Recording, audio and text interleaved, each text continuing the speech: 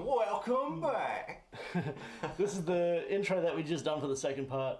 As I said from the end of the last one, this went longer than we thought it would, and just the whole thing kind of melds together to the point where there was too much good parts to cut out. So yeah. Yeah, so we'll cut back now to our discussion with Mario. Back to your regular scheduled program. Alright. Alright, we got a question from one of our subscribers, also one of the people we like with that you might know. Yeah. This one's from Callum, also known as Darman. Yeah. One of his questions is, how does one avoid excessive character bleed, and what is it?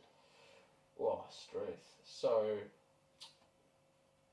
in LARP, when we play a character, because this character, unlike acting, it's not something that's been written for us. It's not something we're portraying that we've got no sort of ties to. We've conjured this character from our own mind, from our own psyche, and in some senses, we'll have bits of ourselves within that character. Thus, it is much easier to get attached to this character. Like when you're playing a character, when they've got losses, you've got losses. When they have their highs, you have your highs. They've got their lows, you've got your lows in tandem, because you're there, you're exclusively there for that character, which is it's you. It's essentially, or at least a little part of you. And in some cases, when you've finished LARP, you've had a ripper over time. Part of that character can follow you. Like, for example, if your character's lived through something tragic in the game just past, and he's having a bit of a sad time, but it's ended on that note. For example, it's ended on something like that. Like, I find in situations like that, I've often found myself feeling like the after effects. Like, I'll be going home sad, and I'll be like, oh, what a terrible time. Now, I used to think Bleed was absolute hogswash. Yeah. Like, I used to think so.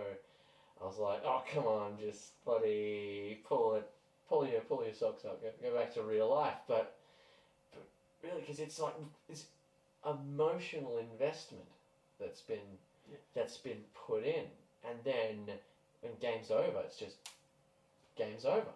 Especially when you do a long event, like a 1 week event like Quest. Yeah. I remember when we all went down, the one embarrassing event happened afterwards was, I think we got back on the Monday, early morning.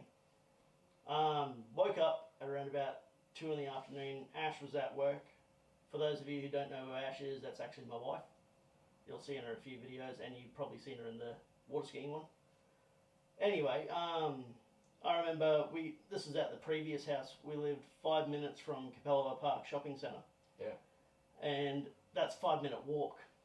So I went, bugger it, I feel like getting a Subway for lunch. So walked down the shops and got halfway down there, didn't realise, after spending a week of being in the routine of getting geared up, doing sieges, doing quests, all that stuff, get halfway down the shops, I'm like, wait a minute, I'm still in my armour.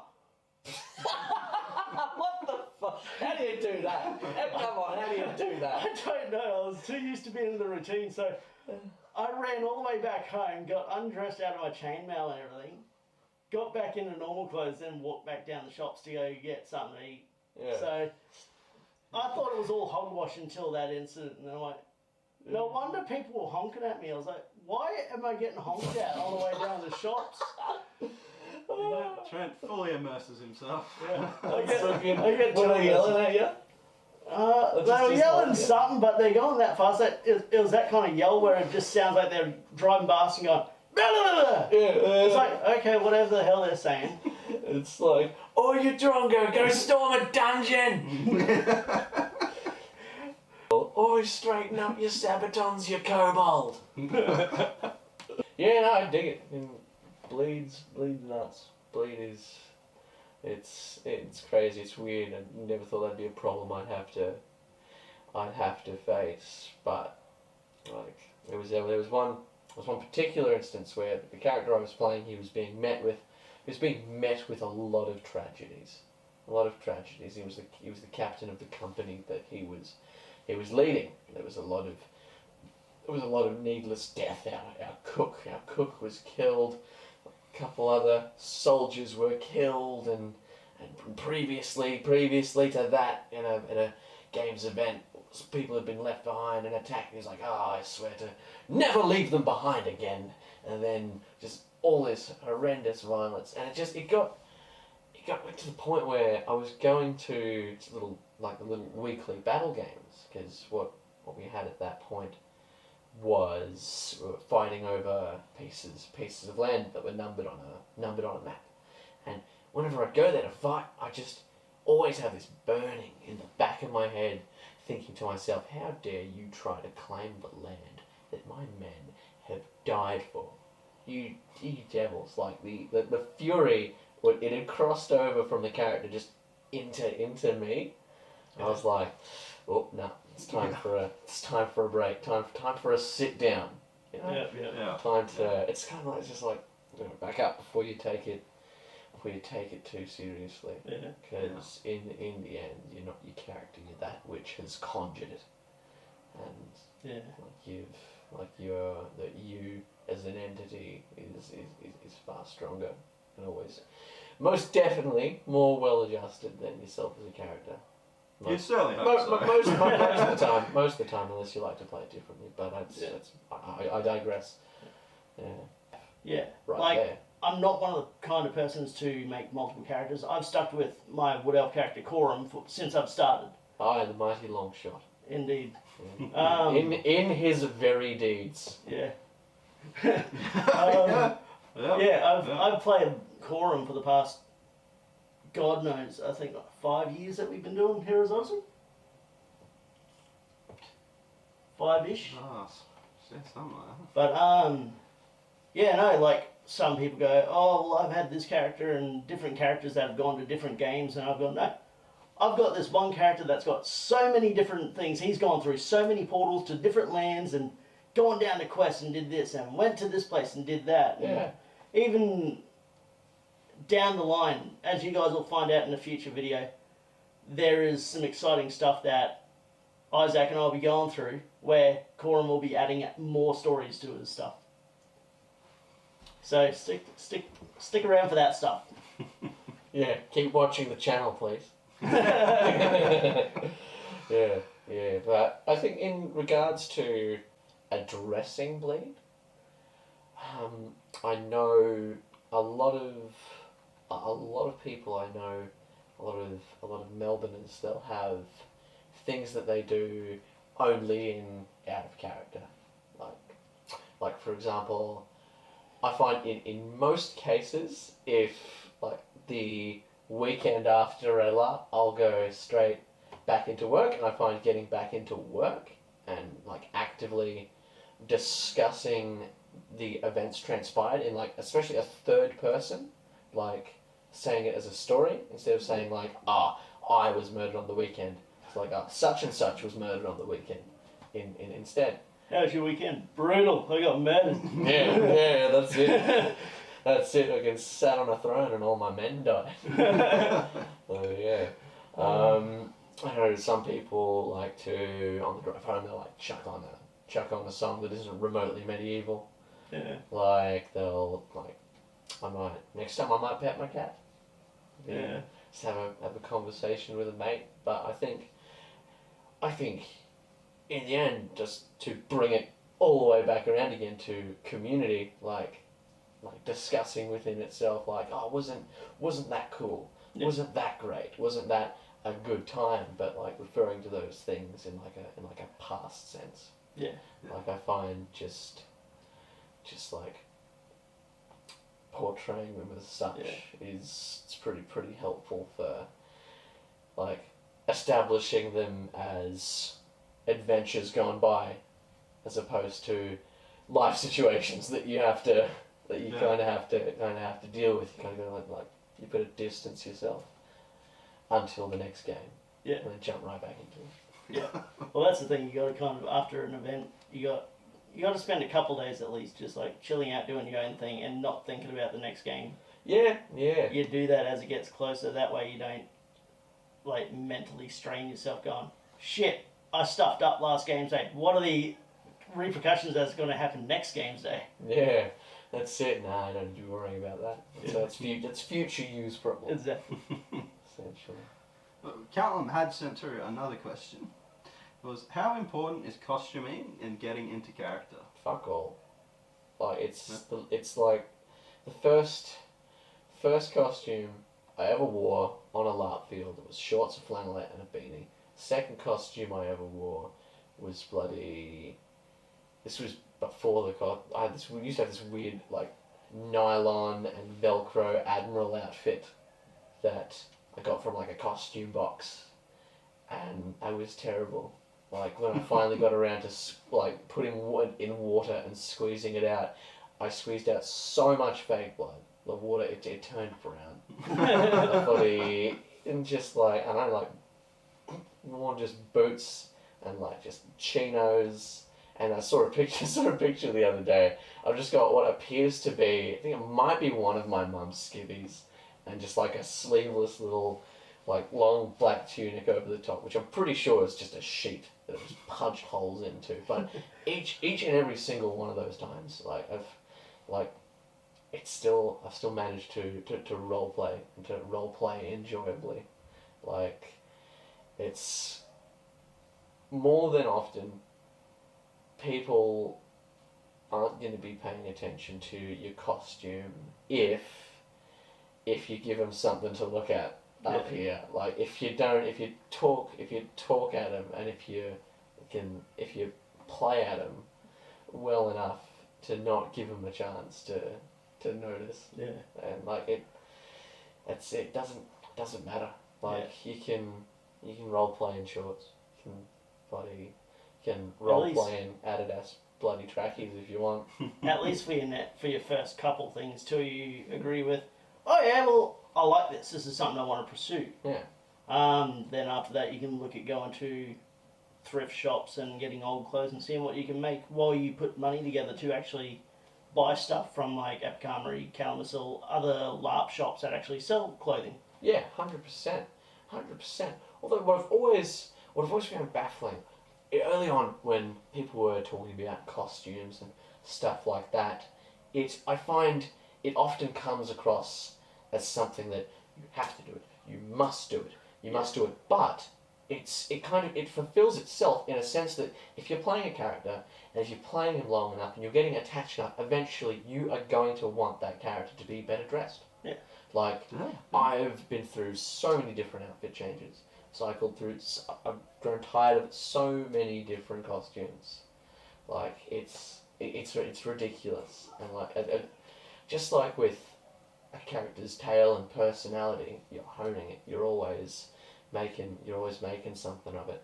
And if you've got a character and you're not honing it, and you're not growing and altering as your character progresses, then you got to think, well, should I be playing a different character? Yeah. As at the end, you need something you can enjoy as well as something that motivates you. Yeah. You know? Yeah. It's a really good answer. Yeah. Shit, man. Haven't been beating up nerds on a field for the past 4 years for nothing. not as long as some. Not as long as some, but I've very much enjoyed it. Yeah. You know? Well, as I said in the last video, this is actually something that I personally use as a stress reliever. It's pretty good. As you know, I've got a lot of stress problems that even cause seizures. Mm. But this is one thing that I use to ground myself. And even when I'm stressing out about work or stuff like that, I just go, okay, instead of stressing about work, I'm going to think about, while I'm at work, what I'm going to do for the next game day. Yeah. If there's any armor I want to upgrade or anything I want to buy or stuff like that. That's it. Anything containing to LARP itself, which is my main source of stress reactivity, is what like de-stresses me. That's it. And I believe it. That works. Right. Like the other week, I bought a halberd. Good golly, that made me chuffed. Real stoked. Oh yeah. Yeah, real stoked. It's like just You gotta get hype. Gotta get G'd up for things. You gotta get excited, and that's cool. It's cool. It's working for you. So, what are some of the best RP experiences you've had? Because I know you've had a lot of good ones. Oh man, I was thinking about this in the car. One like a real real solid classic that always sticks out to me was when it was a Heroes Odyssey night. There was a golem on field, and I was hiking Dunbar. Decided that I was great and mighty in all my ways, and I would try to just king hit the golem. Broke my fist, bled a lot, passed out. They dragged me away, and I said, "Did I get him?" And they said, "Yeah, you got him good, buddy. You got him good. Yeah. You got him good." And I was like, "Yes, I am Dunbar, golem puncher."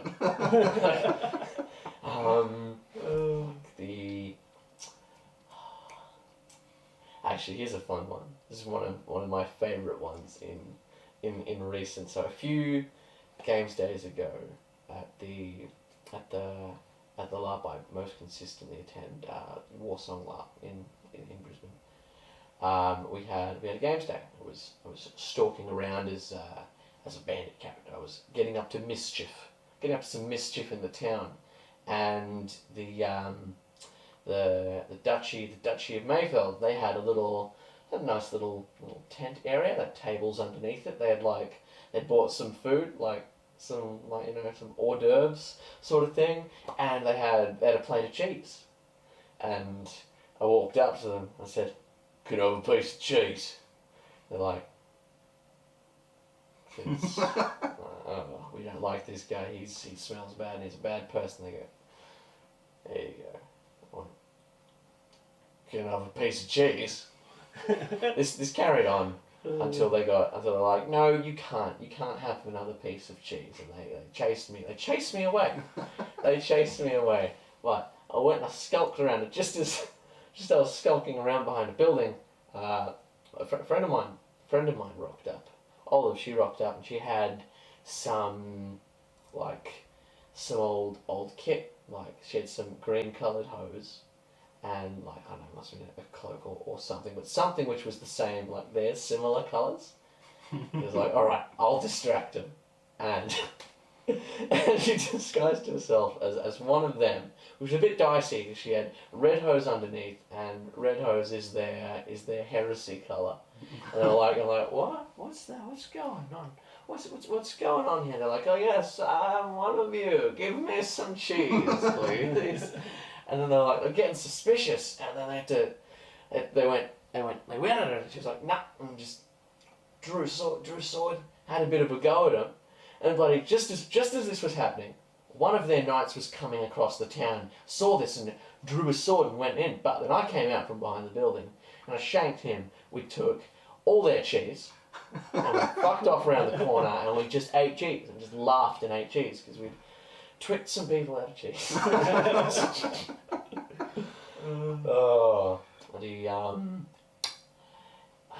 while ago, I was playing an NPC. It was like a crow monster, sort of thing. I was given this mask. It had these big bulbous eye things on it, and they were real hot. They were real sweaty, and they kind of popped out. So I just got some just black smudges around there, and all you could see was just my beady little eyes in this weird crow face. I was just stalking around with a black cloak, just being like, "Ah!" And I swear, I just made these horrible noises at people, just these guttural screeches of which the likes I've not been able to replicate. In that situation, I was allowed to roam around. I was allowed to scuttle about. I was allowed to, interact with players wholeheartedly, to the point where those noises and that character, it just developed itself. I rocked up on the day. I was like, they're like, here's a mask. I'm like, cool. I bought a cloak. Let's go. Yeah. It's just it's one of those. It's either you dive in head first, you do it while you're going, or you just if you're not quite as brazen as myself, you can just plan some things, plot some things, and and then just go in off that. But yeah, man, I love a good story. Yeah. Well, that's what it's all about. Essentially, we're just telling each other some stories we've made up. Yeah. I think that's all the questions that we had from fans at the moment and all that stuff. So, yeah, I think now is where we're going to leave it. Is there anything you'd like to say to our audience? Oh, Struth. Enjoy yourselves, bloody be kind to each other, and the best kind of LARPing is with your friends. There. Alright, guys. Alrighty. Well, if you guys like this video, don't forget to like, subscribe, Yeah. hit that notification bell for next time a video comes out, and please don't forget to comment in the comment section. We will answer any questions. So, yeah. And thank you, Mario, again for coming on with us. We'll have to get you back. My pleasure. Yep. I'll bring some weapons next time. Yeah, Ooh. I plan on bringing you on board for next time when we do the weapon video. Film some biffs. You want to fight, Isaac? Yeah, I'll You want to go? Yeah, let's You do ready it. to lose? Oh. Alright, guys. Ooh. Well, until next time, don't forget to take it easy.